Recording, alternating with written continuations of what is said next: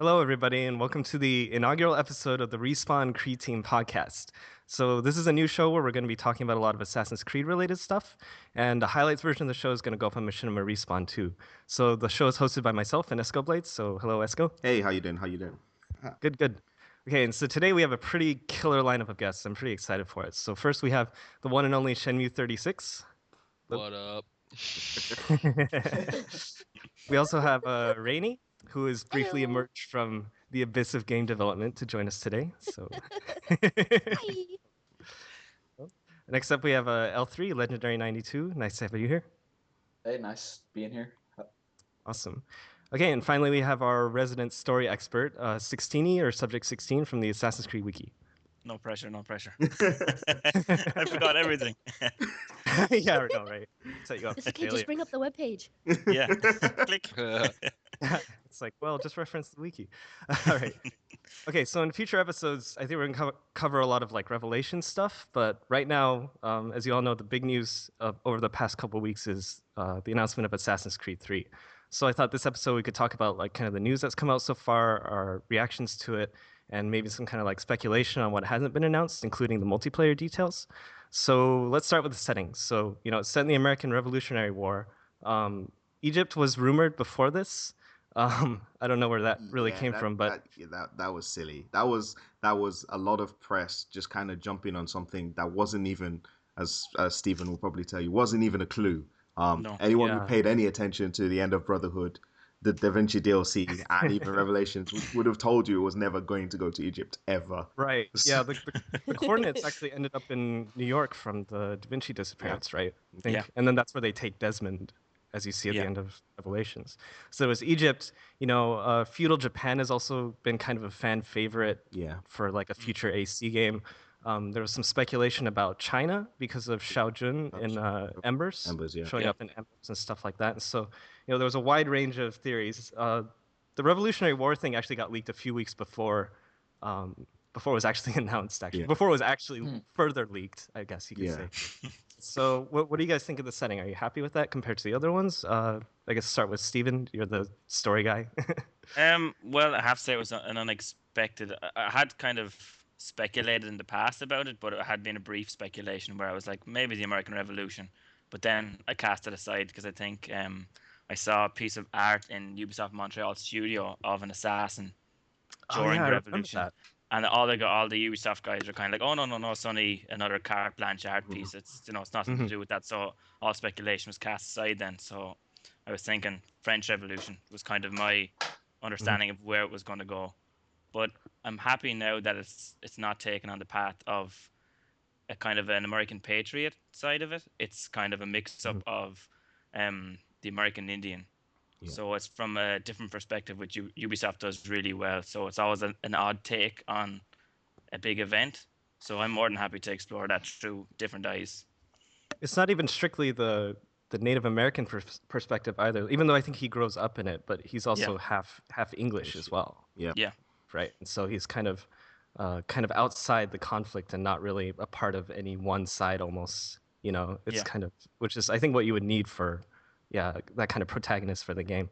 exactly. It makes him infinitely more interesting as well because there's that internal conflict as well about who he is as a character, which he probably has to learn himself throughout the process. So it makes for interesting gaming.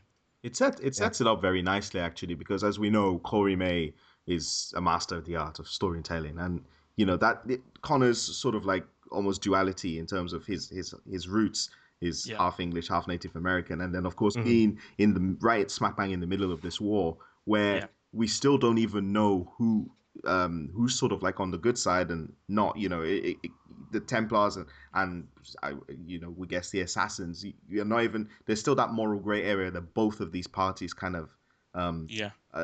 are encamped in at the moment. So it's good because it could go anywhere. You could have any sort of branching story path. Who he decides to help for whatever reason. He's Yeah. described as sort of like a freedom fighter, and he acts in the name of justice as opposed to based on personal revenge. And Yeah. I remember saying that immediately differs from sort of how Ezio started, because Ezio was acting, on that passion, on that emotion for revenge before he matured.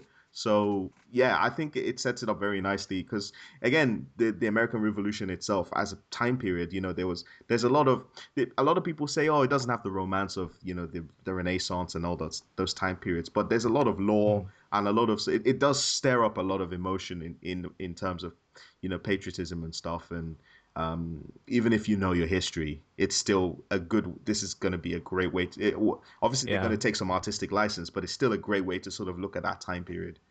I think so. I'm pretty happy with the setting as well.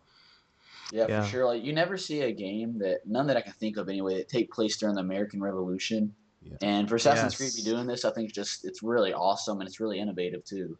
yeah, Yeah, that's a good point actually, because I remember, I think Corey May was alluding to this in a recent interview I saw with him, and I think Gabe talked about this before too. Like in cases where you have like the feudal Japan setting, like a lot of people want to see that. It's like make a ninja assassin game or like stuff like that. But there's been so many games that are set in there, yeah, and one of the things that one of the reasons I'm looking forward to the Revolutionary War setting a lot because it hasn't been represented in pretty much any big budget game. Like the Assassin's Creed series I think is kind of unique in that you have like this triple A studio pouring tons of money into recreating these historical periods that no other studio is really doing. Like it's not being set in World War II, it's not being set in Japan or Space Marine type stuff. It's that's one of the things I really like about this series, and so I'm actually really glad that they're tackling stuff like Renaissance Italy or the Revolutionary War, stuff that they're going to recreate in painstaking detail, and I find that really cool. So I'm actually pretty happy with that too. What about you, Shenmue?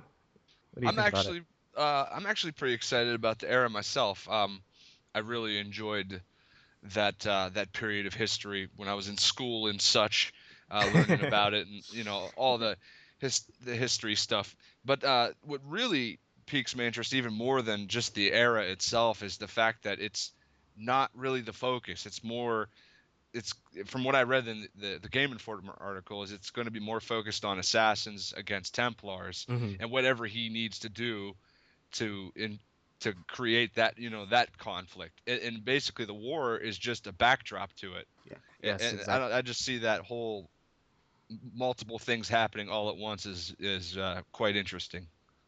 yeah, Yeah, you definitely want to keep the focus on the assassin Templar conflict, and then you don't want to tell the entire story of the Revolutionary War and have that be the focus of the game because this is Hmm. this Yeah. is Connor's story. It's not the story of the Revolutionary War. That's just kind of weaves in and out of it, and so I think that's going to be pretty cool. Rainey, what did you think of the setting of the announcement of it? Uh, for me, I'm still kind of iffy on it. Yeah, I remember One you thing, were yeah, not too I excited wasn't when you saw too it. hyped about it being in America, but mostly Hmm. because, like, for the Assassin's Creed series, with one and two, and even Revelations, it was pretty much like the setting was somewhere that you might not visit in real life. Like, Mm, it was a foreign place. that's But true. for me, with it being in America, I'm like, oh, it's just 4 hours away from where I live. So it kind of lost a little charm for me, because it was just set in America, not because it was in like in American history, but just because of the location. I'm like, I would have liked to go to Venice, would have liked to go to like Jerusalem, or I was one of those people that were hoping that maybe it was in like Egypt or Japan, somewhere where I'm less likely to visit in real life. That's But true. I still think it's gonna be really cool. But yeah, I was just kind of when I heard it was gonna be in America. So I'm sure it'll still be awesome. But yeah, yeah. Yeah, that is a good point. It's a little interesting for me actually because I actually live in Boston. I've been living here for like almost 6 years now at this point, and I'm actually pretty curious. I don't know how many of you guys have been to because it's going to be set um, in the major towns of Boston and New York, hmm and then there's kind of the wilderness between it, and then you'll be able to go to settlements of like Lexington and Concord. They've said, I believe, but I'm actually pretty curious to see how much of it survives to this day, kind of because if anyone's been to Boston knows that like the road layout here is like really messed up and it's like just, made from way back when and like cow tracks like made the roads and stuff like, stuff like that. And so I'm actually pretty curious to see how it goes. But it is also kind of, yeah, it's interesting. Like you said, like for someone like me, I can actually just like step out and be in Boston. But then Yeah. It's like, it, oh, I'm here already. yeah. And so that's a good point. It'll be interesting to see how that works out. yeah. Hmm. The one thing that actually came from that, and I know I was guilty of it as well, and I'm sure Stephen will help us out with this, but it was he's called Connor, and that immediately had a few alarm bells. I was like, Connor. Yeah. When the leak sort of Irish? happened and we found out, I was like, hmm. And then we found out obviously he's Native American name, which I still cannot pronounce. So Stephen, please help us out. Everyone listening. Yes. Well, don't hold me to this, but I'm sure it's Radun Hagedo. Radun Hagedo, okay. I'm almost sure that's it, but it's easier to say Connor. Connor. Yeah. Say Connor. I think that Yeah, I kind of thought- adds to the sort of almost not necessarily dual personality, but sort of like the two worlds that he has to inhabit. You know, Yeah. he's got an English name and he's got his Native American name, and I'm sure he has strong ties to both. Yeah. You know, so Mhm. if I'm not mistaken, obviously it ties into Desmond as well because he's got a mix of nationalities. If I'm not mistaken, Stephen. Yeah, I think he does. Yeah, Yeah. probably more distant than immediate, but yeah. Yeah. So Mhm. you know, it's really nice. I mean, I know Corey May is just going to go wild with it, and he's just going to take us on a heck of a journey. So Yeah. Yeah. should be good. Yeah. What do you guys think of kind of the personality descriptions they've given of Connor so far? You know, he's described as being kind of like more of a predator, more so than Ezio and Altair were, and also being kind of he doesn't speak very much. He's very much driven by justice, and he's not out for revenge. Even though I thought that was interesting because it turns out like his village actually gets burned down, I believe, Yeah. when he's young, but he ends up not taking the personal revenge route and going more towards, um, more towards this just generic, not really generic, sorry, but more of a general sense of justice instead. Do you guys think that's more interesting than what Ezio did? It's a little different, even though you could kind of draw some parallels there. I guess it was a little more personal for Ezio, so it might be Yeah. Yeah. a little Yeah. different in that sense. But See, that's what I'm afraid of because one thing in games I really like building a strong connection with the character. Mhm. And from now, I mean, you can't really say because it's so early, but I really want to know all about Connor. I mean, I really want to know about this character. So if he's kind of just silent, he doesn't talk much, or whatever, I'm almost afraid there won't be like a connection to him, and maybe just more focusing on the revolution instead of him. But like I said, it's too early to tell. Yeah. Yeah. I- I get the impression that he's not necessarily going to be so much silent as just he's one of those people that's very intense. Yeah. And Yeah. it's going to, the Game Informer article where all this information comes from, it talks about him, choosing his words carefully and how Right. he still gets like points across even when he's not saying things. And so I think if they do that right, yeah, you don't want to make him too silent, but Yeah. if they can work that in a smart way, I think that could be pretty interesting. He's I like that whole predatory hunter aspect because again that's an homage to sort of like that Mohawk tribe that he's supposed to come from. They were some of in history some of the best trackers that ever lived and stuff. So he's going to know that environment, especially when he's out in the wilderness. He's going to know that inside out, and he's going to have the edge. And I think that's the whole point of the sort of game design is going to want to give you that edge. You know how you feel like we sort of we'll not look at really Brotherhood and Revelations because that kind of took it up a few notches too much. But you look at ACIII, and there was a point in that game where Ezio sort of like coming to his own as an assassin, and you felt like a badass. You were just sort of like, "Yep, bring it on, come at me," And it's going to visit that sort of feeling, with him. It's like, I'm stalking you, and you don't even know I'm here. By the time a hatchet is in your head, kind of thing, So I'm looking forward to it. That will definitely be fun. I want to use that tomahawk so bad. Oh, whoever designed that tomahawk is a genius. Yeah. With the Assassin's logo. I think we It's need to so find a awesome. replica somewhere. Yeah, so it's kind of interesting, with the tomahawk and everything, because he has a hidden blade, right? Yes, But he it's Yeah. he doesn't use it in the trailer, which is actually, as far as I can remember, most of the other trailers for Assassin's Creed games have all included the hidden blade. It's very, iconic weapon of the series, Yeah. and he's using his tomahawk. He can dual wield, Yeah. and he's described, we can kind of segue this into kind of the rework game mechanics that they're trying to do for the series. But like in combat, he's described as being like they want you to be very aggressive with it. And I thought it was interesting with the tomahawk too, because it seems like it's like a very brutal weapon. It seems like you can see even in the trailer that you guys saw, Yeah. I get a very much more brutal feel from it than I did from watching, Altair or Ezio kill people. Yeah. I feel like, especially that move when he like flips the gun down, like Mhm. smashes the guy's head on the bayonet and fires it. It was like, holy shit! Like, it's like That wow. was cool. Yeah. So I mean, he's I think he's going to have some anger, whatever, being that either sort of like, from his early childhood that he's probably still carrying, or something. But you get that impression that he's just brutal. He's just sort of like, he goes almost into, as Shenmue would call it, a bloodlust. He's just going to go out for it. He's I just think going it's to called beast mode, right? yeah, Beast mode. Yeah, so, Yeah. yeah, that would be cool again. And it's like you said, with the reworked game mechanics and sort of like the new engine, everything's going to kind of focus on that. So it's going to be sort of more direct movements. I think Ezio and Altair had a finesse. I think that's Yeah. the word I was looking at. Yeah. They had a finesse about what they did. Even when Ezio got a bit older, and it was just sort of like, with Revelations, he was fairly brutal, but there was still a sort of Italian flair about it. This guy is just going, yeah, guts everywhere. Yeah. So what do you guys think about that with the rework combat system? It sounds like they're really trying to make it more aggressive. I think, ever since the first game came out, it feels like, at least on my end, you kind of fall into this thing where you're just kind of waiting to counter, and then later on Yeah. you could chain those into like kill streaks. And I feel like it's something they've been trying to tweak continually throughout the series. Yeah. Yeah. And I'm wondering what you guys think about this push to make it more aggressive. Like, they're putting the defensive button and the counter button are the same button now, so you can't just like turtle up and wait to counter. I think, right? It's kind of the idea.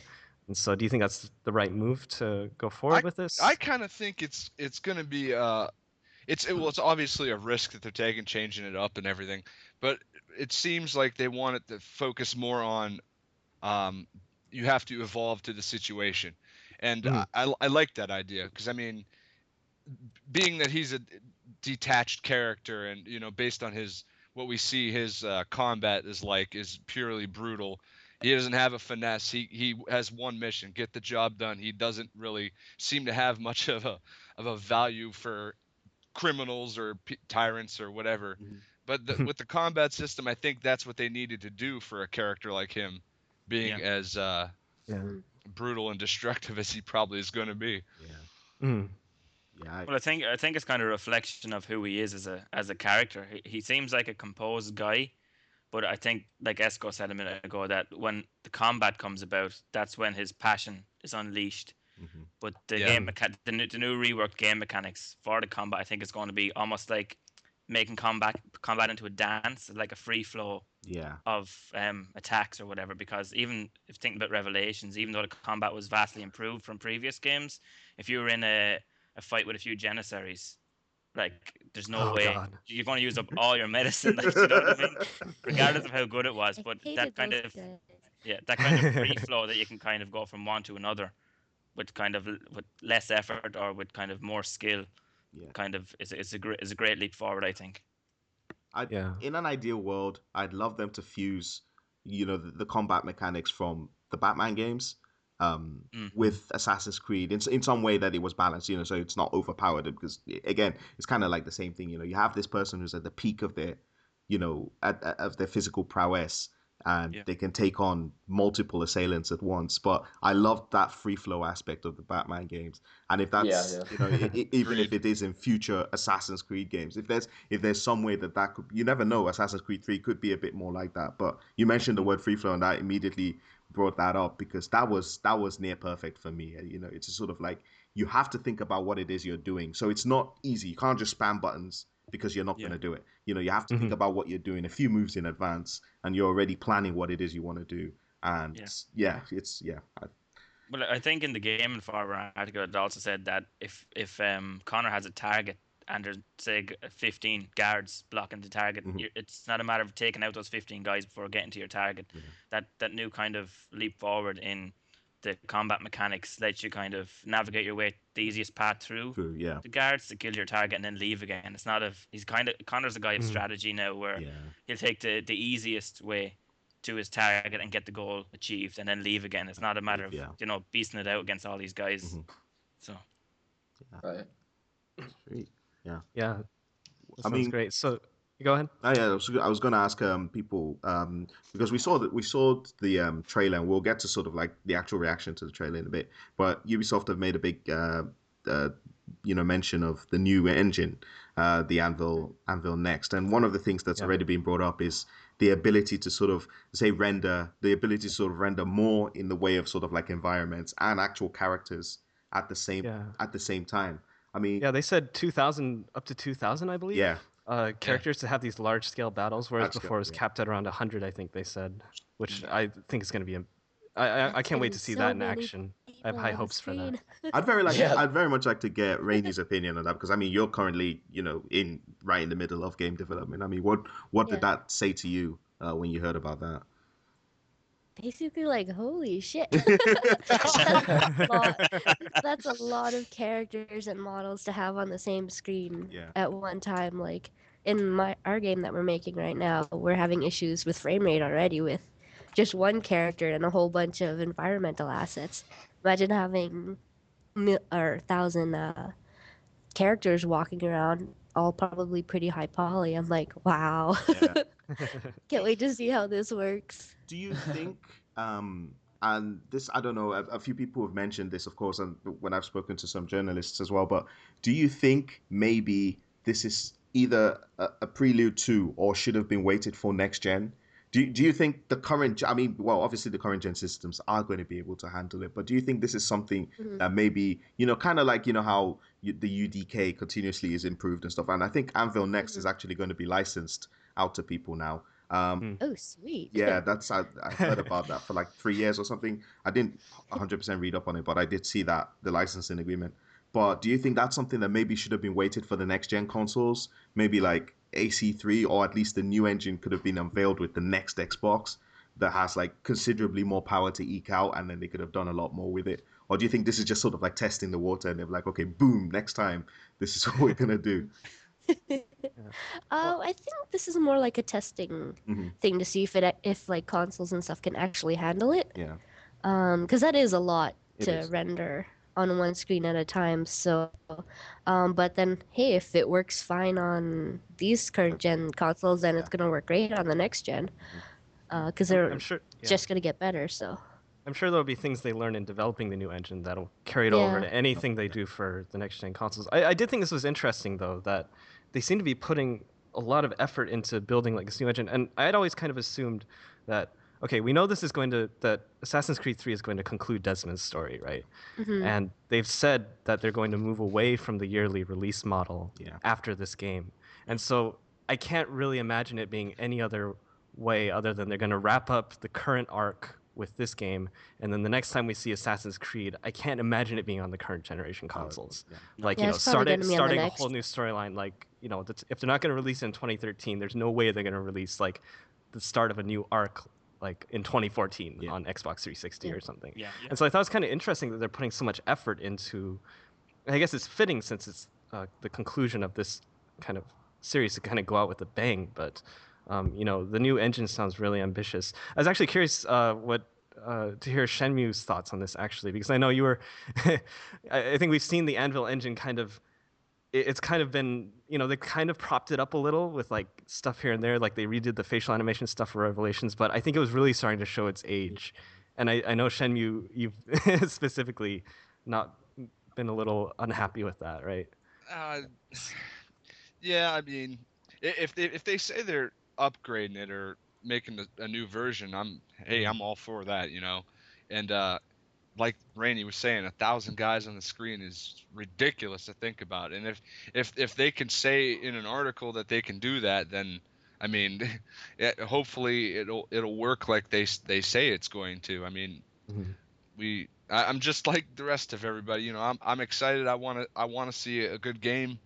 I Yeah. really do. I mean, I wasn't absolutely crazy about Revelations. At first I really was, but playing through single player, to me personally, I mean, it just seemed like it was a step back from Brotherhood. I don't know why it was.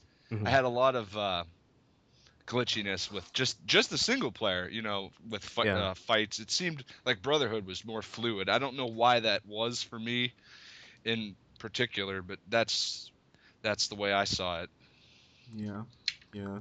I think to quickly go back to what Loomer said initially, I do know that this AnvilNext engine, and it's Ubisoft's in-house.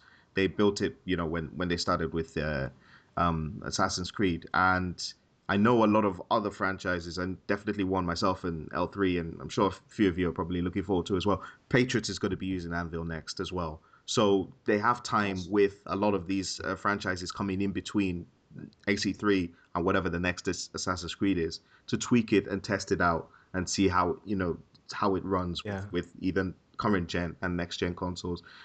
Splinter Cell 6 is going to use it as, like I said, Rainbow Six Patriots. I'm not 100% sure about Ghost Recon Future Soldier. I think it might have elements of it, but Anvil gets shared around with a lot of the franchises that Ubisoft developed. So it will definitely be refined by the time we see it again in an Assassin's Creed game, I think. So. Well, Ubisoft, and especially the Montreal studio, have always been a super ambitious studio with kind of pioneering different gameplay styles or new innovations in gaming. So I think I gonna lay my trust in them to deliver a great experience, because I remember going back to Brotherhood, kind of little teases of how intense battles could be, even kind of like the invasion of Montergioni or the Battle of Vienna at the end where you killed Cesare. Those kind of panoramics of looking around and seeing really intense battles and not being able to be in the center of them was kind of like a major tease of what could come in the future. So I think that the leap forward into actually becoming part of those huge battles is really exciting.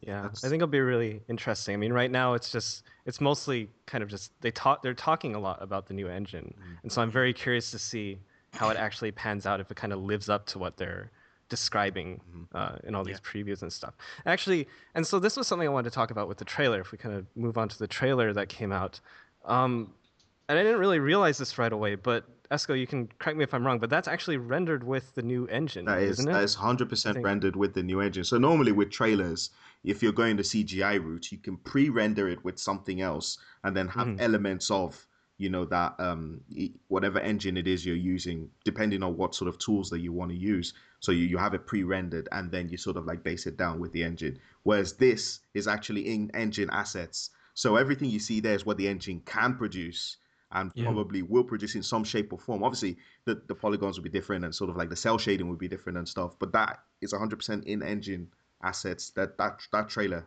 And that was what made me, it's sort of like, talking about the trailer itself, when I learned that, I was even more impressed. It's like, it wasn't like the most spectacular of trailers, being perfectly honest. It was just sort of like, this is the debut trailer. It's a debut. They're saving the big stuff for E3. And that should be amazing. But just to know that this engine that they've been talking up can produce that, that short, especially the bit where Washington's giving the speech, and then you see the shot of the battle raging, and it's just sort of like, holy! You can see, I think, what is Boston. I think it's Boston. It would be Boston in the background at that particular point in time. Correct me if I'm wrong. I'm not. Maybe sure. Lexington or Concord. Okay, so but yeah, you just that panoramic shot, and you're like, wow, I just can't wait to see what it does, in actual with actual gameplay.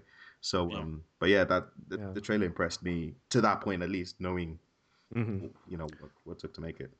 What did the rest of you guys think about the trailer after you saw it, especially compared to some of the other, Assassin's Creed has always had really good trailers, I think, and I'm curious to see what you guys thought of it. I thought it was really awesome. One thing that I really like about video games, and especially Assassin's Creed, is the soundtrack. Yeah. And even in the trailer, I thought it was really good. So it's going to be interesting to see how they incorporate that into the game. Yeah, Esco, do you know if it was, excuse me, Lauren Balfe that did the trailer music? I imagine. I think it was. I'm not 100% sure. I can definitely try and find out. Yeah, because I heard he was working on AC3, and he did the trailer music for the Brotherhood trailer. Yeah. And so I figured he's probably a good choice to do it's kind of incorporating like the flutes and like, stuff like that. I thought it was pretty cool. Yeah. I don't know. What about, sorry, go ahead. No, I was going to say it definitely set the scene very well for it. Yeah. What do the rest of you guys think about the trailer compared to the other ones, especially? Well, I wasn't as excited as I would have liked to have been. I think it's because I had kind of false expectations in my head mulling up to the few days beforehand of what I thought I would see. But then on reflection, looking back at the trailer now, rather than wait until the countdown was finished, I think it's fantastic. But as Andy said, it's kind of like it's a show off of what the new engine can do. I was expecting a CGI trailer like the previous E3 trailers, but now I know that that's reserved for E3. But it kind of shows off what you can do in game without kind of giving away too much. So it's kind of like a teaser for a teaser, you know. So, but what it was pretty epic, but kind of it didn't quench my thirst enough. Yeah, I kind of felt that way too. I think a lot of it might have been because, you know, I thought it was a good trailer. I wasn't blown away by it. I think a lot of it might have been because I think this was meant to be our first look at the new era, at the new protagonist, at the new mechanics, and like all of that had leaked by the time the trailer came out. Yeah. We knew where it was set. We knew what Connor looked like. We knew that there was going to be free running throughout the trees, and that he was going to have like this awesome tomahawk and everything. And I think once you take away from that, especially, it kind of lessens the impact with all the leaks that happened beforehand, unfortunately. Yeah. Well, that's what I mean when I say that I kind of built up an expectation set of what I was going to see, where if the leaks hadn't happened, it would have blew me away. Do you know, I had those few days to mull over exactly what I thought was going to happen, and then it was different. So I think that's why. It's a shame, really. Yeah. I wasn't really blown away by it either. I mean, seeing the trailer for the first time and being like, oh, wow, I really think this era is pretty cool. And clearly he's of Native American descent with the tomahawks and the way he was fighting. But, yeah, it was just like I enjoyed the trailer, but I also enjoyed the Revelations trailer. You know, I don't want to be a negative Nelly. I don't want to be a negative Nelly. I really don't. That just, you know, I don't want to get my hopes up too high. You know. Sure. I mean, definitely excited for the game. I hope that it's as good as their. I actually didn't know that thing you just said there, Esco, about the trailers actually with the engine. If that's the case, I mean, maybe that's why they're not going with a next gen console and they're going to do it on this, because, you know, it's like, hey, look at our trailer. We're going to do this game on. We have the ability to do what we want to do on this console now with this engine, and we're going to do it. And I wish them nothing but the best. Yeah. I'm actually pretty surprised, kind of what you were saying with that, Shemi, that a lot of times when companies make trailers like this, they'll put a big disclaimer up front. They're kind of showing off, you know, where they're saying all the following footage has been rendered using the in-game engine. And it's like, you know, you've seen that on a bunch of trailers, I think, come out. And so I'm kind of curious if you had any insight or speculation as to why that wasn't the case for this. You would think they would want to use this to show off, like, you know, be proud of it, because it looks good for being rendered by an in-game engine, you know? Yeah. I'm not sure why they wouldn't. I'm not sure why they wouldn't mention that, because I mean, for guys like me that are a bit skeptical, you know, that would have been like, hey, look what we're doing to improve, you know, to improve the game. I would have liked to know ahead of time. Yeah. But I mean, just in general, I mean, just the trailer alone, though, like, yeah, it left me wanting more. But you know, that's a teaser for you, I guess. Yeah. Yeah. Do you have any speculation on that, Esco, and why they didn't do that? I think because, well, the most immediate thing that comes to my mind is because they'd already given that information to Game Informer. Game Informer have paid for a month-long exclusive, so all the information about Assassin's Creed 3 should be coming through them first. The fact that the leak happened over the weekend before the trailer, you know, so the trailer was supposed to come right as the Game Informer article would have been going live. So Game Informer would have dropped that exclusive news. That, by the way, this trailer you're watching is, you know, but we'd already kind of read that, at least. So, you know, I think that's just basically a lot of the times with publishers, and they've got given an exclusive to a magazine, they're then pretty much under embargo themselves. They can't say anything until the magazine is given the information. So I suspect that's probably just the most simple explanation. It did, you know, a lot of the time they put that disclaimer as well, either saying this is all gameplay footage or this is rendered with engine. But in this case, I think they wanted Game Informer to drop that news first, and unfortunately it got leaked. So there you go. That's interesting. Okay, I guess so. Moving on from it, one of the things that, excuse me, that I noticed that in a lot of the previews and a lot of the interviews they're giving is that they seem to really be stressing the development time of this game a lot, and it makes me think that they're kind of aware that there's this. I think Okay, so within the community, I think every time I've seen it come up, a lot of people will say that Assassin's Creed 2 is one of the best in the series, Yeah. followed by Brotherhood, followed by Revelations. Like it's been kind of like on a downward slope, Mhm. with the yearly releases, kind of in terms of quality. And so with this game, they said that I believe they started development in January of 2010, I believe. Yep. So pretty much right after AC2 Should- came out. Yep. They said they branched off a group of senior designers and programmers, and that they've been working on it since then. Yeah. And that they really wanted I think they wanted to they're doubling the number of production hours from Revelations on this game for this, and that they actually wanted like a feature complete version that they could tweak. Yeah. Like they wanted that version out now so that they can tweak it up until the release. And so I don't know what you guys thought about that, if you think that they're kind of aware, because I mean even in the last like earnings call or whatever, I think it was the CEO of Ubisoft, Esco, you know what I'm talking about, I think, right? He directly addressed, and he said like, I don't think that the yearly releases have been hurting Assassin's Creed. Yeah. But I think within the community, I think, this is just, I haven't taken a poll or anything, but from what I've seen, I would think the majority of the community would probably disagree with that. Yeah. Not to say that the games are necessarily like horrible, but like that you can kind of see a little bit of a decline year after year. Yeah. So, Yeah. I think you've got to weigh it up, because from the CEO standpoint, and what he says makes sense in terms of the numbers. You look at the numbers. Assassin's Creed Brotherhood made more money. Revelations made more money than Brotherhood. Revelations has had more sales, actual physical sales, than Brotherhood by at least 1 million. And I think that number is still going up. So like they'll look at that, they'll look at the numbers and go, well, the yearly releases are not hurting. You've also got to understand that Revelations and Brotherhood were supposed to be one game.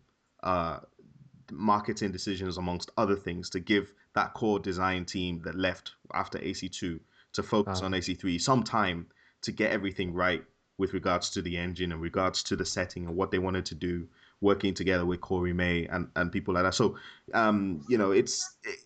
thinking about it, and people obviously, some people never really see that sort of the side of things, and then they're like, oh, they're just releasing them yearly to make money, which to a certain extent is true, but you've got to fund projects somehow. It's like so they could have easily released whatever they wanted to call it, Assassin's Creed Bro Revelations, whatever. That was supposed to be one game. Revelations. Yeah. Revelations. That was supposed to be one game, but they split it into two for whatever reasons, that Ubisoft can confirm, but we pretty much all know why. And so that was just to give, like I said, these guys time to bring on the spiritual successor to AC2, which is AC3. So, I can understand why the community would, and there's certain aspects of Revelations that weren't even, you couldn't hold up to Brotherhood, and vice versa. That comes with the fact that, and no disrespect to anyone at the Montreal team or any of the other 6 studios that have been working on these games, but when you've got senior figures that have moved off to do something else, you don't have that same sort of direction. It's the That's same true. with any job. So that it showed, but it was a risk they had to take, I guess. Yeah. So yeah, that's what I think about it anyway. It's almost like they made those 2 games just they knew AC3 would take a while. I kind of understand that, and it's almost like they made Brotherhood and Revelations just to keep the Assassin's Creed name out there, I guess. Yeah. And keep people reminded that 3 is coming, and it's our big one. It's the big daddy. Yeah. And I mean, I understand it from that that aspect, and that aspect alone, really. Yeah. Yeah, I I think think that's people. probably. Sorry, go. Okay. Well, I think people automatically assume that, like, with a yearly release, like, I guess games like Call of Duty kind of done this, that the quality is automatically going to be lower because it is a yearly release. So, no, that's my thoughts on that. Yeah. I mean, you've got to look at, sorry, Rainie, you've got to look at Call of Duty again as well, actually. A yearly release doesn't mean yearly development time. It doesn't mean, and with Call of Duty, they split the duties between 2 teams anyway. There's Infinity Ward for the most part, and then there's Treyarch. So it's like, while one is in the limelight, the other one's busy working on the game. And it's still sort of like a 2-year development cycle. It's like, so you have six teams working on a single player at any one time at Ubisoft. Maybe 4 of those core teams, 4 of those studios rather, have their core teams working on something. So it's not everybody from the 6 teams at any one time working on the game. And as a result, Stephen will tell you even little things like facts between like Yeah. the encyclopedia and what is said on the screen because things are going between people that aren't there's not always that consistency, so mistakes will be made and things can lapse and whatnot. Not making an excuse for anything in any way, but just Yeah. giving that sort of fact of development, how it works really. So Yeah, we actually had a chance to speak to Darby, some of us at the wiki, because as you know, we're kind of super strict on keeping everything as canon as possible when we're collecting information. And some of the stuff released in the first edition of the encyclopedia contradicted in-game information. So we asked Darby for help on that, and he kind of rectified and explained that sometimes when there's so many teams working on different things, things can slip, and then it's kind of it comes down to the fan base and to spot those things and help rectify. So then those things may be rectified in the second edition of an encyclopedia or whatever. So as Esco said, when there's so many different teams and then senior devs going off to work on other projects, things do slip through. So it's just to be expected really on the yearly releases. Yeah. But also going back to why ACIII is a fan favorite is because when I was playing ACIII, I felt like I was playing it forever. But then when it came down to Brotherhood and Revelations, it was kind of like it was over really quick. And the things to flesh out the time in between were kind of cheap little gimmicks like Den Defense or buy 1,000 properties or whatever. Those were the things. Those were the things that fleshed out the game rather than actual gameplay content, which of course they couldn't do because they only have such a short development time. So yeah, that's it really. Cool. Yeah, should be interesting. Yeah. Okay. So moving on, I guess. So there's also the new creative director who was announced. It's Alex Hutchinson, and he's done. I think they tend to emphasize his work on Spore. He was the lead designer on Spore. Yeah. But he's also done games like Army of Two, 40th Day, I believe, was the one he worked on before AC3, and a few others. I think he got it started in Game Boy Advance development, actually, of all things. But I thought it was kind of so. Just initially off the top of my head, and Esco, you can probably help me clear this up. But I was, there was kind of like a high-profile like article about Alex Mancio, I think is his name, right? Yeah. The creative director of Revelations, leaving Ubisoft earlier this year, and they were like looking for a new creative director. But I mean, clearly this other Alex I believe, has been working with them since the start of AC3, right? Yeah, he has. Like, And he was actually on Far Cry prior to his moving to the AC. right. I think he was the narrative director there. I'm not 100% sure. But yeah, he was on the Far Cry team prior to his moving to the AC team. Yeah. Yeah. So they must be looking for a new creative director for like future like after AC3 creative director stuff then, right? Because they were talking about how they were looking to hire a new creative director for Assassin's Creed, right? Yeah. Yep. I remember that. Yeah, I remember that too. Yeah, it's a weird one because I'm not 100% sure how it would work, whether he's just come on specifically for that role or if it's just kind of like almost his probationary period. Is see how you get with this, or whether he has his own plans. It's not something that probably would be made very public unless a recruiter slips up somewhere on social media. But it's for the time being he's there. I really like the way he's gone about it. There was an article and I put up recently, and it was him talking at GDC and him talking about how how many years the game would span in game and stuff. And he made some frank and honest admissions. One of which was that Assassin's Creed 2, even as good as it was a highly complicated game. There were so many features. You're trying to get people up to speed as quickly as possible. And they really want to strip this back to basics. That's something a lot of people, especially on the forums, have really jumped on thinking, wow, this is going to be awesome, because it's like, just give them what they need to do and then let them go wild. Let the story sort of immerse them. You don't have to pump in so many features and all these different things. It's like, go back to the basics and yeah.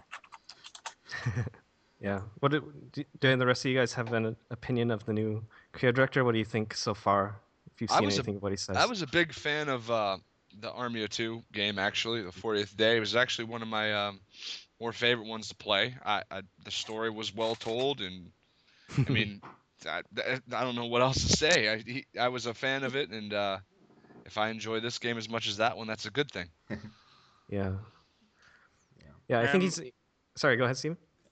I think I'm more confident in Alex Hutchinson, kind of more so than Alex Amancio. He sounds like he's more invested in the series and that he's more enthralled in the universe. Mhm. Whenever Alex Amancio spoke about Revelations, although he was very repetitive whenever he's been interviewed, but he just didn't feel invested enough for me personally as a huge fan of the series. Whenever he spoke, it was kind of nothing that really excited me. But when Alex Hutchinson speaks in his interviews at Game Informer or whoever else, he sounds like he's a guy that's really invested in the series of Assassin's Creed. Yeah. And kind of, it's kind of like since Patrice left, it's been kind of like I don't know who to trust next with where the series is going. And at least in my eyes, I still feel like although Corey May is the lead writer, he's also the creative director for me of the Yeah. series. It feels like he's in charge to me personally. Yeah. But I think that Alex Hutchinson is going to be great for AC3 because he sounds like he's really into it. Yeah. Yeah, I get that feeling too. I have high hopes for what he's going to do with the series. Yeah. I think. Yeah. Okay, so moving on, I thought one of the more interesting things that's been announced is kind of flown under the radar a little bit is that they're actually releasing a version of AC3 for the Wii U. Marking it, right? Sorry. Yeah.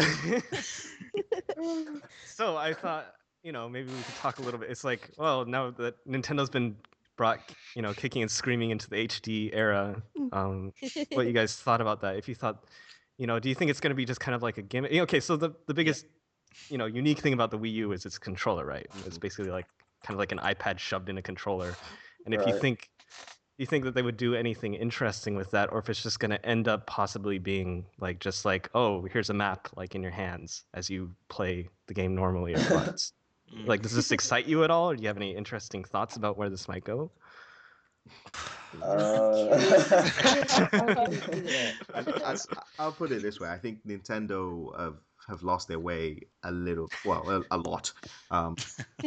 There's so many jokes that can be made. I think the one thing is, it's probably a good thing for them that a franchise like Assassin's Creed, Ubisoft have always been about promoting everything that's new. They'll jump on that. I mean, you look how much they supported the Wii and then Kinect with the dance games and the casual games, and a lot of their revenue comes from that actually. So they're probably really happy that Ubisoft were on board with it. It'll be interesting to see. I'm not even going to talk about the Wii U because it's just not. I have no interest in it whatsoever. But fair play, Is that a general consensus with everyone, pretty much? Just kind of like, eh. I love Nintendo, but I can't see Assassin's Creed on the Wii U. I don't know. Yeah, I don't know how they're gonna do that, but I guess we'll find out. Yeah, whether we like it or not. Yeah. Well, hopefully the development team has some pretty cool ideas. Maybe there's stuff that's not immediately obvious that could actually be pretty cool with like a tablet controller. Yeah. Now that they have the ability to render crowds and stuff that's kind of essential to the series on the screen, and they can bring this franchise over to the Wii, it'll be interesting to see, I think. Or it could just end up being a gimmick. Like most of the DS games ended up being like, oh, here's a map, and then you play this game. Like, Right. Leave it up to Nintendo to come up with like the really unique applications of their hardware that they keep dabbling in instead of making better graphics and stuff. But anyway, okay, cool. So I guess kind of wrapping up the single player portion of this, like kind of what excites you guys the most about the information that's come out so far, and like what are you worried about the most? Maybe start with Rainie. One of the things that I'm kind of curious to see how it'll feel, but the whole free running on trees and stuff like that. Like, I've always loved climbing the big tall buildings and just jumping off of them. Rainie the roofer. Hey, I only really roof in team games.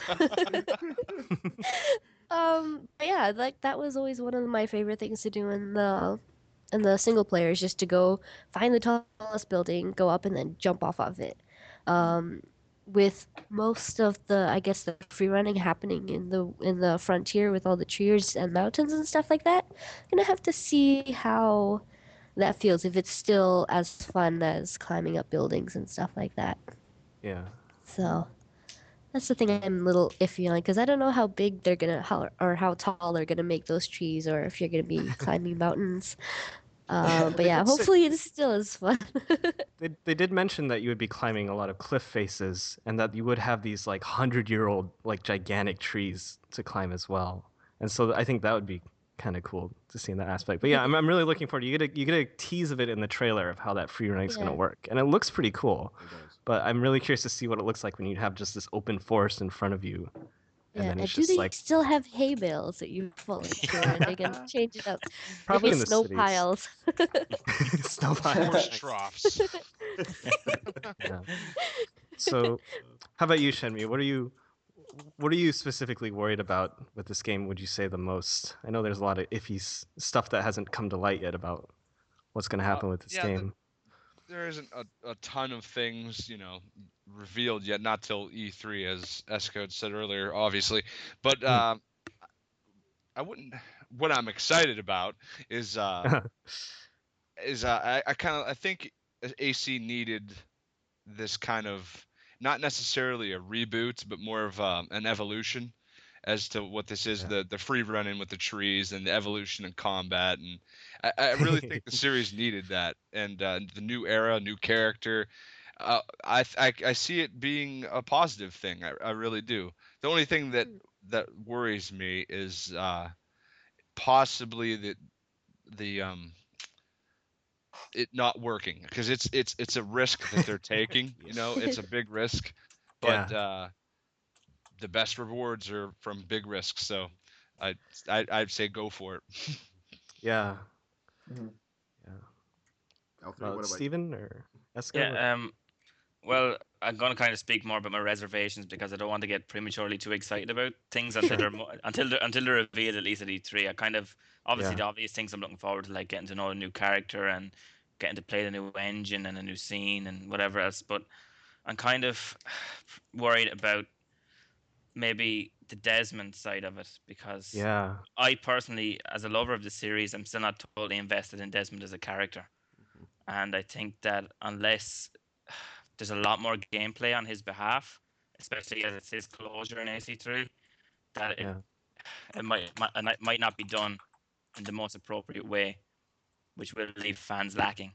So that's where my worries lie. But apart from that, especially just talking about Connor, I know that his quest is not it's only wrapped up in the revolution. It's not his job to be a soldier, but his kind of storyline floats in and out of the revolution. But especially his kind of relationship with George Washington, I'd rather see him as a kind of a guide and an advisor rather than an errand boy. Yeah. I don't want to be there when George Washington says, "Okay, well, I left my tobacco at home 300 miles away. Can you go get it for me?" I don't want that. I don't want that sort of thing to happen to him. I'd rather him be the character they're describing now. Yeah. But yeah, those are kind of my reservations or worries at the moment. So we'll just have to see how it pans out. Yeah, it's interesting you bring up the Desmond stuff, because that's actually, I think, my biggest worry personally too, is that I'd always kind of assumed early on in the series that, you're building up Desmond to be this ultimate assassin who's the convergence of the bloodlines of not only Altair and Ezio, but now also this third master assassin. And it's, and at some point you kind of be like, okay, that's a little contrived, but I mean, like, and then you build him up to be like this master assassin, but now you have this game where you need to conclude his storyline and do that justice. But also you have Connor's story, which I'm assuming is mostly going to be, he's not going to get his own trilogy, especially with the no more yearly releases. Yeah. You wrap up Desmond's story, you lose the tie to Connor. Maybe you'll release like a PS Vita game, kind of like Bloodlines or something that continues the story. But for the most part, it's like you're almost doing like a whole nother arc for him, for Connor. And it's like, I think my biggest worry is kind of narratively doing justice to both of them. Giving Connor a satisfying story, but also you have to wrap up this meta arc with Desmond. And I feel like I had always kind of hoped that Desmond would actually get his own game. And I know that they've kind of said in various interviews, I believe they basically said like that would never happen. And that's, I guess, especially once you lose like the premise of the Animus, you lose a lot of gameplay stuff as well, like kind of the explanations for a lot of stuff. But like I'm really excited for the Revolutionary War stuff, but I'm a little worried that one or both of those stories is going to get the short end of the stick, possibly. Yeah, that's where my worries lie as well, because it'd almost have to be a double-length game for to fledge out both stories adequately. Especially since kind of in the last few games we've been seeing more of Abstergo on who kind of runs the game there. I kind of had envisioned that Desmond would be infiltrating Abstergo and knocking off all these guys. Yeah, But yeah. obviously, they're not going to be able to squeeze all that in if we're going to be exploring who Connor is as well. So I don't know. I just hope that they don't disappoint. But then again, you have to kind of come to a reality that they're not going to be able to fit in 2 games into one, kind of to our satisfaction. So Yeah. we'll have to wait. Yeah. L3 or Esco, I probably don't have a whole lot of time, but anything you're worried about or excited about specifically? I'm excited about pretty much what Rainie said with environments and stuff. Going to see how they incorporate trees into it, and probably going to climb the tallest mountain and jump off, whether I live or not. That's that's what's going to happen when we get the game. Yeah, you can recreate Fun some of of your. jumping, not regardless dying of after. I don't care. And then I'll climb back up and do it again. So Exactly. as far as what I'm worried about, pretty much what you guys have said. You touched base with it. We want to see if both storylines can work out well, but who knows? It's so early right now. Yeah, and it's not like they. I mean, obviously the devs are aware of this, thing that they have to balance with the two stories. So it's not they're gonna suddenly be like, oh shit, we also got to do this other story. And so I'm optimistic that they'll work it out. But I think it's a potential area that you kind of need to be careful to get right. Yeah. I'm extremely excited for the new, just how the new engine works in general, but especially the combat mechanics. I just want to use the tomahawk. I can't even. I just want to use that thing to cleave someone's head off. Seriously, it's just gonna be awesome. But in terms of fears, the same thing as well. I think for me, having looked at sort of like just a small cross section of the fandom community, so those who write the fanfics, especially like the DeviantArt crew, a lot of them really couldn't care less about Desmond. Funnily enough. So I don't know if that's made its way into sort of like Ubisoft's decisions narratively. It's like we're going to keep it a 60-40 sort of 70-30 split to the ancestral protagonist. And then Desmond's just going to do what he has to do to save the world if he does, kind of thing. I don't know if that's influenced them in any way, but I always get a lot of feedback from people who are sort of like, I want a new ancestor. I really couldn't care about Desmond. Desmond couldn't have his own game, I don't think. We can agree on that much. I think people would find it boring. So I don't know. Or maybe that would be the challenge. Like maybe I suppose, can you make Desmond worth? Can you make people care about Desmond in his own game? Because I get it. I understand. I agree with a lot of people that he's been kind of. I can understand why people don't like him, especially compared to someone like Ezio. Yeah. Or like Altair. But I think it could be kind of cool. But I guess they're not going that route, so it'll be interesting to see how it plays out. I guess, right? I just want to see him go out and finally put that hood on, for Christ's sake. Yeah. Like, he's had that hood coat the whole time, and he's never put that hood on once. I'm Desmond Miles, and I'm an assassin. Hidden Blade comes out. Yeah, boy. Okay, so I guess that'll kind of wrap up the single player portion of this, but I thought we could really quickly touch on the multiplayer, which they haven't actually revealed anything about, except that it's been leaked that the 2 to 8 multiplayer, that I'm pretty sure it's going to be, the one that we've been playing in Brotherhood and Revelations, is coming back. But the bigger news, I think, is that they're adding 2 to 4 player co-op mode as well. And so to quickly preface, because Ubisoft have kind of like given a few people raps on the knuckles for that. So the product listing on Xbox.com, which are actually reported on, showed 2 to 4 player co-op. Okay. Ubisoft obviously either had a plan for that to be released at that particular point in time, or wanted Game Informer to drop that info. We have to just assume because they're under embargo at the time. Microsoft actually responded and quickly scrubbed that out. So the product listing now, if anyone goes to check when they're listening to this, isn't going to show the co-op. But of course, a few sites, Xbox Games and Eurogamer, to be precise, still have the pictures up there that show the 2 to 4 player co-op. So we're going to go under the presumption that it's not been officially confirmed, but we've seen it. So can't erase stuff from you got I guess the first thing I kind of wanted to address was, if you visit the forums or even you see it on Twitter a lot within the community, a lot of people are saying, don't even include multiplayer for Assassin's Creed 3. Just like focus on, making it a great, because none of the numbered installments so far have, included multiplayer, right? It's kind of this thing that's come along with these add-on games. Well, I don't want to say add-on games, but you know what I mean. Yeah.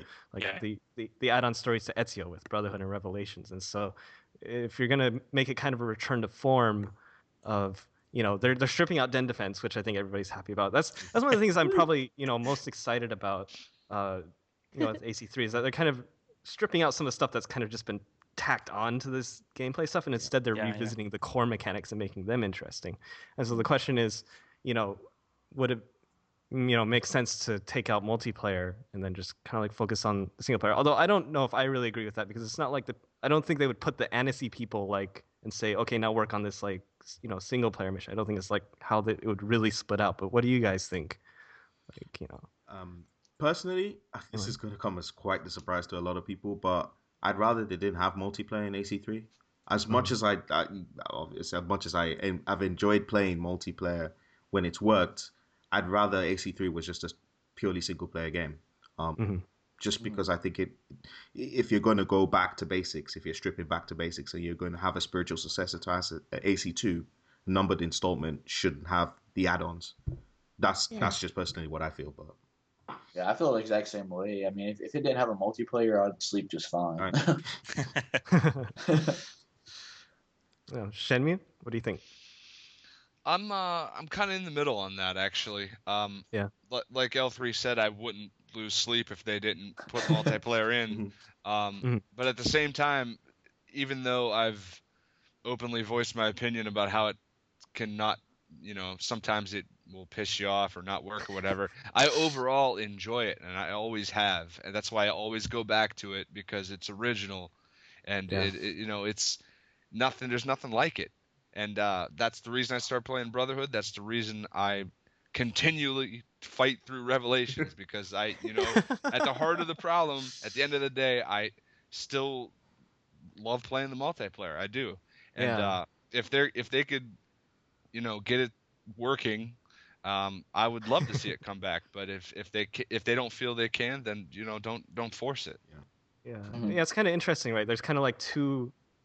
You can almost view it as kind of two camps that are saying this. There are people like, like Esco L3. You guys are. It's kind of more kind of the principle of it, where it's like the numbered games kind of should be more pure, I guess, without kind of the extra stuff added onto it.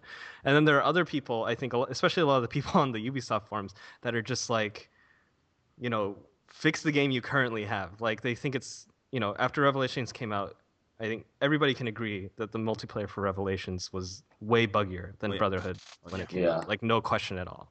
And they didn't. It's not until very recently that they've given. It still kind of boggles in my mind. They released like a patch in like early December that included some fixes. The repeated honorable death stuff comes to mind as something I was really glad they took out. That was annoying. But then since then, it's been 3 months since they finally released a patch, and I don't know how long it would have taken if there hadn't been that kind of boycott thing that kind of got their attention about it too. And so it's like, I think a lot of people there's a group of people that are saying this, like, don't include it in the multiplayer, because they're kind of under the assumption that it might be even worse, maybe. Yeah. Like, it's going to come out even buggier. Like, they're going to try to iterate too fast on this. And that kind of, I was kind of curious. I don't know, Esco, if you have any kind of insight into this, but, so the development time for AC3, they started that in like 2010, like early 2010, and they keep talking about how they've already put 2 years of work into this. I'm curious if you have any insight into how the multiplayer dev cycle is going with the team at ACIII. Like, if they have, I'd imagine they have multiple groups, and I'm sure they have been planning out, AC3 multiplayer since, before Revelations came out. I'm pretty sure they have a core sort of group that have joined and split off with the AC2 devs that started working on AC3, but I can't confidently say that they've been working on AC3's multiplayer as a whole for the same amount of time. I'll hopefully be able to get to find out soon enough, because there's going to be a lot of press previews coming on the 26th, so people can look out for that. I don't know if we're going to get to see any multiplayer at the press events, but those are questions we could still ask if possible. We could get the no comment, who knows. But I can't confidently say that they've been working on that for the same amount of time. And as much respect as I have for the devs at Annecy, like I said before, I just think that, it's that I don't really think there's a need for it in AC3. I mean, I love playing, I love playing the multiplayer, but yeah, I don't know. Yeah, I'm actually, in regards to that, I would like to see multiplayer in AC3. I would like it for it to not be buggy. Yeah. Of course, but I think these, it's a good opportunity for them to, in a new game, to kind of rethink some mechanics. You know what I mean? So stuff like the new approach meter, the reverse detection meter, that's not something that they were going to change in Brotherhood, like in a patch. But when you release a new game, you can kind of consider maybe doing these kind of radical changes. And I'm always kind of curious to see, because you can kind of get a sense for what they want the multiplayer to be like, even if it doesn't always work out that way. Yeah. They're always trying to kind of emphasize the social stealth elements more so than the free running, which is almost reverse from kind of the single player, if you think about it, and stuff like that. And it's like they kind of have, you can tell they kind of have a vision for the multiplayer. And so I think I'm curious to see if they're going to be doing anything different for AC3's multiplayer radically. And one of the things I wanted to ask you guys is, do you think that they're going to do any kind of radical changes to the mechanics of the multiplayer or anything? Because, and the reason I ask this is because the multiplayer experience, at least from Brotherhood and Revelations, has always kind of mirrored the single player experience, right? Yeah. So for Revelations, they introduced the hook blade kind of in some ways. You had bomb crafting in the single player, and they kind of brought that over with tripwire bombs in the multiplayer as well. The new settings and everything. And so because they're reworking so much of the fundamentals in AC3, do you think that any of that stuff would carry over? Like, the combat is a lot more aggressive. They try to make it sound like Connor does a lot of, he's always in motion, I think is what they were trying to say, right? So do you think like any of those mechanics or anything like that would carry over to the multiplayer? Well, this is the thing I've been kind of pondering over lately as well, especially since there was kind of a narrative aspect kind of brought into Revelations about you're playing this kind of Abstergo employee as you rose through the ranks. And then once you got to that kind of ultimate stage of it, it was kind of like, I won't kind of spoil anything for anyone who hasn't got to that stage yet, but you were given an assignment once you've reached a certain level in the modern day setting. And I'd been thinking whether it's just going to be kind of included in the single player of AC3, whether you're going to get to encounter this guy, or is that a hint at where the multiplayer is going? Are we going to be playing multiplayer in a modern day setting as an Abstergo agent because our training is now concluded? Or, that's kind of a rework of the whole multiplayer that I was thinking. And in an ideal world, I'd like to think that's where it's going, but I can't really say. Yeah. It'd be interesting to see, just like you said, with the shifting mechanics and like the storyline and stuff. I can't really speculate on that. What I can say is that this is an opportunity, as most people will agree, it's an opportunity for the dev team, if they are including multiplayer, which it looks like there is going to be, to learn from the mistakes that have been made in Brotherhood and Revelations, especially if they've had a core group of senior people who've sort of sat back and watched everything and seen how everything is going. You can collate all that data and you can see what works and what hasn't, community feedback, and then go, right, okay, this is a new and improved, slimmed down, lean version of, what the multiplayer is supposed to be, with pointers. You mentioned actually that it's kind of the opposite of what the single player is. In the single player, the emphasis a lot of the time is on the free running and this assassin's abilities to dispatch they're like, target. Come up to the roofs, we got zip lines. Exactly. And then it's like in the multiplayer, it's like, no. So, there needs to be that sort of, if that be via more tutorials to tell people, well, if you do this, or even just sort of a mechanic that if you're on the roof and you start blinking or something, I don't know. I'm not a designer, so I can't even begin to speculate on that. But something that, this design team and this development team rather have this idea and ethos that they want to promote in the multiplayer that a lot of new players, as we all know, to our chagrin, don't follow. So it's like you've got to do more to ease them in. If you have to make the damn thing more accessible, then do so. But you've got to do more to sort of get people playing that way. Otherwise, you're just going to have the people that piss us off and you're just running around for 100 points and using a gun and things like that. And I'm not even going to get into that, but anyway, yeah. Yeah. Well, with my going on the same line as you are with Assassin's Creed 3, they've already said that for the combat, they're focusing on more keeping you in motion all the time, right? Mm. If Yeah. they brought that over to the multiplayer, people already complain about runners. Yeah. And if you're constantly in motion in the game, main game, people are going to think, oh, okay, you do that in the multiplayer too. Mhm. So that could be another place for people to keep complaining, oh, everyone's running around like crazy still. Another thing too, probably in that era, they use a lot of guns. Oh People already boy. complain about people using guns in the multiplayer. If there is a multiplayer for AC3, Muskets.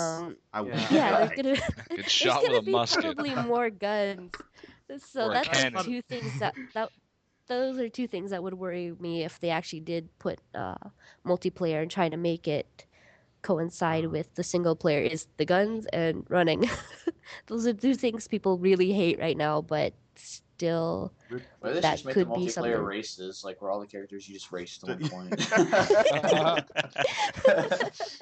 That'll solve all the problems right there. And then muskets will be like power ups, so it's gonna be like Mario Kart. Yeah. Mario replace Kart except just running. replace Yeah. the kind of muskets. attack with a cannonball. Oh, I'd like a See, that's a cat. blue turtle shell, baby. There you go. Children's Street. Problem solved. That is a good point though, because they do talk about how even, so obviously there's a lot of big cities even outside of the frontier that has kind of been the emphasis of free running, but they talk about how you'll have new moves to like slide under things or kind of vault yourself over things. They talk about one scenario where Connor kind of goes through the window of like a woman's house and like out the other window up to like a tree and stuff like that. And it'll be kind of interesting to see if some of these things make their way over to the free running of the multiplayer, and that if that ends up Yeah. encouraging more kind of like a roofing running type of gameplay or not, or if I they're could see a gonna lot more running and roofing in that Yeah. situation. Be like, where's the easiest place I could see them? Oh, from up there. Or, All of a sudden, it's probably everyone's on just the roof. it's probably going to be something that they have to consider. How much of the stuff do they want to Yeah. port over? Like you talk about the guns, I don't think they would port over guns and be like, oh well, there's a whole lot of guns in the single player now. Let's completely mess up Yeah. the whole mechanics of multiplayer by Well, that giving could be like personal one of the like main stuff. weapons, right? Yeah, I So imagine they might kind of replace like the hidden gun with maybe like the flintlock pistol that Connor has. mhm. I personally would be very surprised if if they put more emphasis on shooting stuff in multiplayer. I don't think that I'd be think they surprised if the hidden gun makes a return. Full stop. Yes. Don't Well, bring it back. that wouldn't be hidden. You reason to just hide pull it it out. now. Just dropped on the person's back. All right. I feel like it would be a little more satisfying to shoot a roofer if you take like this massive musket like off behind your shoulder and you're just like, all right, buddy. Like, I see you up there. that's great. Even if it's the exact same mechanics as the hidden gun, I feel like it's just like, yeah, I'm gonna fucking use this musket. And then curse them when they shoot you from the roof. Yeah, yeah, and that sucks. But I just want to jump from a mountain and bayonet someone right in the stomach. Yes. oh, See, that would be fun. that'd be Yeah. interesting. Oh, no, even better. Jump from a mountain and tomahawk someone in the head. I wouldn't be surprised if one of the multiplayer characters has, maybe he does have a musket, but his kill animations are all either bayonet moves or close range gun kills, like the kind that Ezio would do in single player. I'm sure there will be Stuff like probably that. like some kind of Union or British soldier or something like that. Mhm. I could see that. That'd be pretty cool. It's like I feel like that could be pretty cool. They'd have to come up with some reason why he doesn't just always use the gun to shoot everyone, but like Yeah. could be pretty cool. Sweet. Yeah. So I thought. Well, the so- pariah shoots everyone. Yeah, but that's not a gun though. There's not a projectile that's firing out. It's like kind of like a little. It's like a hammer thing, Like, or yeah. Yeah, it's like this bolt thing that shoots out, and so you can't. So he has a reason why he's not just like shooting everyone with it, right? Even though it is kind of like a gun. I think doesn't he Type always kill. use it for his kills? Oh no, I mean I'm just talking about like if you have a multiplayer character whose primary weapon is a rifle, then it doesn't Yeah. make sense that all of his kills are like running up and doing close range. just kind Yeah. of- I mean, it's just like a minor thing that they might not even care about to explain away or whatever. But there was something that Steven brought up that I thought was really interesting that we could maybe kind of close on with the premise of the storyline. Would be kind of interesting because, as you mentioned, with the Revelations story for the multiplayer, it ends with you being given basically a field assignment, and so it does seem kind of, I was wondering how that's going to tie into if they are having co-op multiplayer and regular multiplayer, is it going to be like maybe for the co-op missions, maybe those could be from the Abstergo side. I mean, there's a bunch of different ways they could do the co-op stuff, right? Yeah. Like the premise for it. They could have missions that from the single player that are kind of redesigned to do with like a friend or something, or it could be you're the Abstergo agents, and this is you actually executing your missions. Because you have the agent, I guess, who completes his training. You also have Daniel Cross, also going out with him, and probably a few other people. It could be something like that. And then maybe the regular multiplayer. Steven, you're talking about having the modern day setting replace like the multiplayer, like the standard multiplayer. Yeah, And, well, I'm not sure or if that's a possibly. reality, but I feel like that kind of narrative was brought in for a specific reason to be kind of followed up in ACIII. Whether, I said, if it's going to be tied in with the single player, or as you said, co-op now sounds like it could be a great idea to include it That's with, what I was kind of thinking. Like I think it's much more likely that it could be something like the co-op missions, because if you made just modern day stuff, like I think people would be pretty upset if they brought back the standard multiplayer and you couldn't play on like Boston or something. Yeah. Or if you lose if you lose the entire Animus, concept completely by setting it in the modern day, then you lose, a lot of explanations about how respawning works, about abilities like mute or Animus hacks. Maybe those won't return, but I mean it'd be a pretty radical thing. But it strikes me as something that they could probably do as the premise to the co-op missions, and like that could be pretty cool actually. Yeah, it sounds great. Yeah. I don't know what you guys think about. I kind of have an idea of what the way I think they're going to go with it.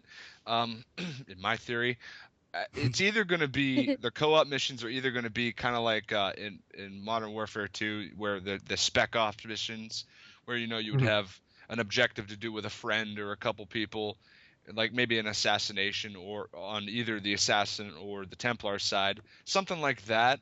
Or maybe what would be the best idea is a complete side story entirely, like Splinter Cell Convictions co-op, where two guys and it's like a prequel or during the actual story with Connor. So that would be a pretty cool idea. Yeah, that would be awesome actually. Yeah, that'd be cool. Yeah, I like that. Huh, be interesting.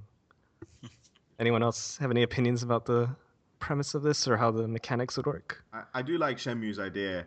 I do think, however, what probably would happen with the co-op is the continuation of what happened in the multiplayer storyline in Revelations. I honestly think that you'll probably then be introduced to this agent, whoever they decide to, you'll be accompanied by Daniel Cross, and you'll have to pursue your objective, whatever that may be. Won't spoil it for the people who still haven't seen it. But yeah, I think that's what it probably will be, and that will tie into the single player in some way. I really want a showdown between Desmond and Daniel Cross, though. Yeah, me too. So that'd be really cool. Yeah, I hope they put that in. Yeah. That'd be really cool. There almost has to be some kind of epic showdown to wrap up Desmond. That's the only way they can do it, really. Yeah. I mean, how else are you going to send Desmond off? It has to be some kind of he's the guy for this job, so it has to be something epic. Yeah, that's what I was saying earlier. I think it would be really disappointing if he's this convergence of at least 3 master assassin bloodlines, and he's acquired all their skills like from the bleeding effect to become this super like conglomerate assassin, and then all his single player stuff is just like hopping around and like in the in the New York temple or something, and he's not like killing anyone or stuff like that. Last mission of the game: break into Abstergo, kill everyone. Yeah, I want to see him kill Vidic. I hate that guy.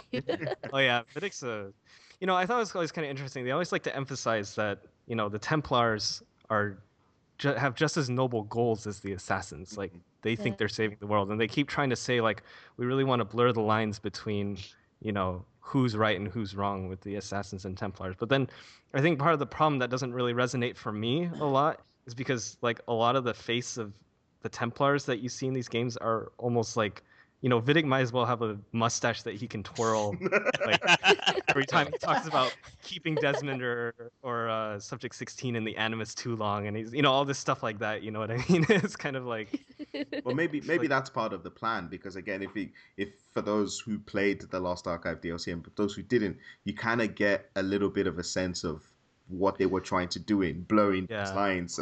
Again, obviously, for the sake of spoilers on people who haven't, but if you've played it, you'll understand that there's certain sections there that it's sort of like, huh, right, okay, so and it's like you've said, the Templars believe that they're saving the world just as much as the Assassins do, and the Assassins, it's just that the Assassins sort of like acknowledge the fact that they're not all seeing and all perfect and stuff with the contradictions in their creed. They accept those things.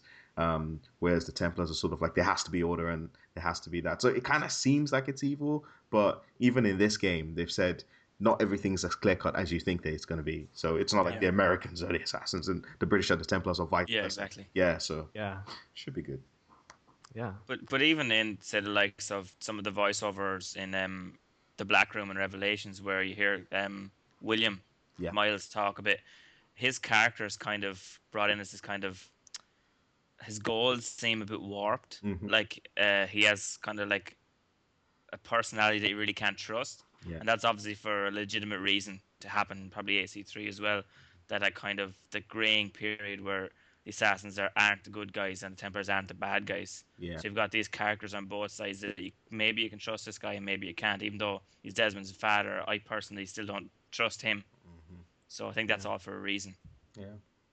Yeah, it's very interesting. In Corey May we trust. Yeah. Yeah. Cool. All right. Well, I think that's pretty much going to wrap it up. Yeah. So thanks everyone for coming on to the podcast. Thanks for having us on. Thank you. Yeah. All right.